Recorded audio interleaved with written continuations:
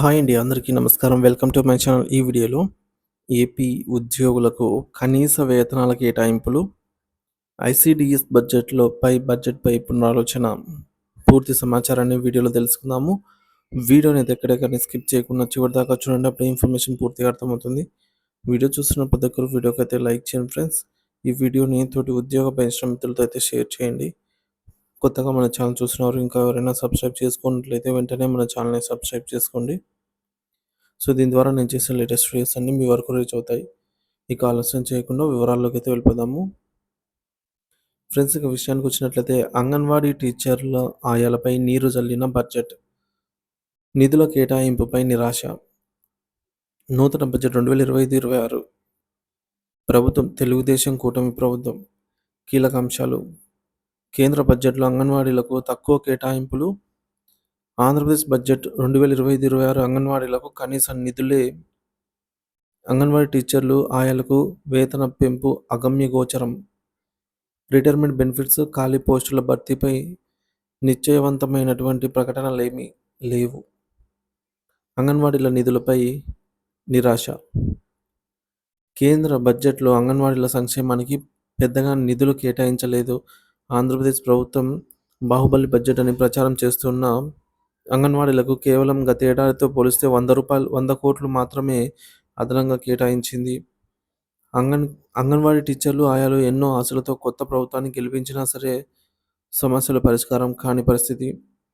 ఒకటొకటి హామీలు, కానీ నిధులైతే లేవు.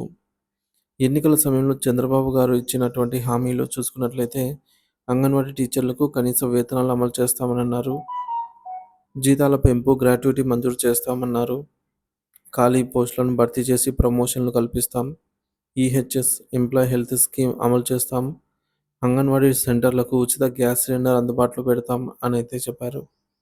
అయితే బడ్జెట్లో మాత్రం గ్రాట్యుటీ కోసం కేవలం 20 కోట్లు మాత్రమే కేటాయించడం, ఖాళీ పోస్టుల భర్తీపై స్పష్టత లేకపోవడం, పెండింగ్ 164 సూపర్వైజర్ పోస్టుల భర్తీపై ఎటువంటి ప్రకటన రాకపోవడం, 2013 నుంచి పెండింగ్లో ఉన్న సూపర్వైజర్ నోటిఫికేషన్పై నిర్ణయం లేకపోవడం, అంగన్వాడీ కేంద్రాలను మెయిన్ సెంటర్లుగా మారుస్తామన్న హామీ అమలు కాకపోవడం, మహిళా సంక్షేమం హామీలు కోల్పోయిన బడ్జెట్.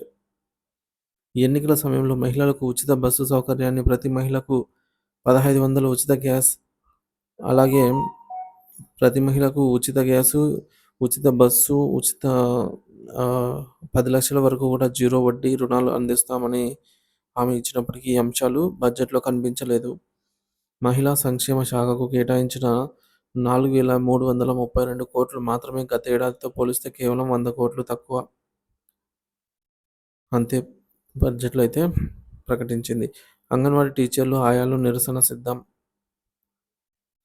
బడ్జెట్లో తమకు చోటు లభించకపోవడంతో అంగన్వాడీ టీచర్లు, ఆయాలు తీవ్ర అసంతృప్తితో ఉన్నారు. మార్చి 1న భారీగా నిరసనల ప్రదర్శనకు ఐద్వా రాష్ట్ర కార్యదర్శి రమాదేవి పిలుపునిచ్చారు. ప్రభుత్వం బడ్జెట్ను సవరించి అంగన్వాడీ ఉద్యోగుల సమస్యలు పరిష్కరించాలని డిమాండ్ చేస్తున్నారు. ప్రస్తుతం అంగన్వాడీ టీచర్ల జీతం 11,500 మాత్రమే. ఇది ప్రస్తుత ధరల నేపథ్యం జీవనాధానికి సరిపోదు.